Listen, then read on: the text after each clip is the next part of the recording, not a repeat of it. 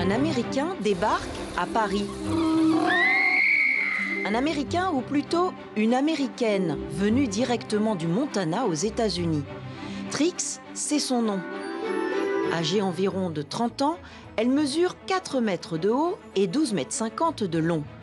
Une femelle tyrannosaure ainsi baptisée en référence à la reine des Pays-Bas, Béatrix. Découverte par une équipe de paléontologues néerlandais, elle est pour la première fois présentée au public français.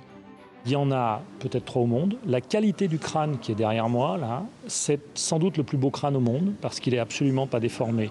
Généralement, quand un T-Rex meurt, il va mourir sur le côté, il va mourir sur le flanc. Et au moment de la fossilisation, le crâne va être compressé par les roches qui vont le compresser. Et il va être légèrement déformé latéralement. Elle est sans doute morte avec le crâne posé horizontalement, ce qui fait qu'elle n'a pas du tout été déformée au moment de la fossilisation. Et on a un crâne intact qui est absolument fantastique, fabuleux. Pas moins de 11 caisses ont été utiles à son transport jusqu'à Paris. 2 jours de montage effectués par 3 personnes pour que Trix soit présenté dans ce très bel écrin.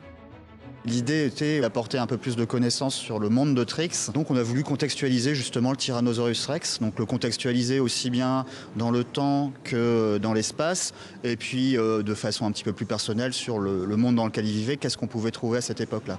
Ce spécimen exceptionnel de tyrannosaure a tout naturellement trouvé sa place au Muséum national d'histoire naturelle.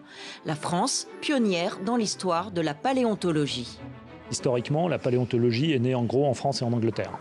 Et les Français ont été très actifs dans la naissance de la paléontologie depuis toujours, depuis la fin du XVIIIe, début du XIXe. Et on a d'ailleurs d'énormes collections de paléontologie ici, à Paris, qui viennent de cette très longue histoire de la paléontologie. Donc il y a eu un rôle très important et la France continue d'avoir ce rôle, adossé notamment aux immenses collections de paléontologie du Muséum. On accueille plusieurs centaines de milliers de fossiles dans nos collections. 65 millions d'années après leur disparition, les dinosaures fascinent toujours, et notamment les enfants qui pourront apprendre tout en s'amusant. T-Rex, vedette futuriste et star de cet été.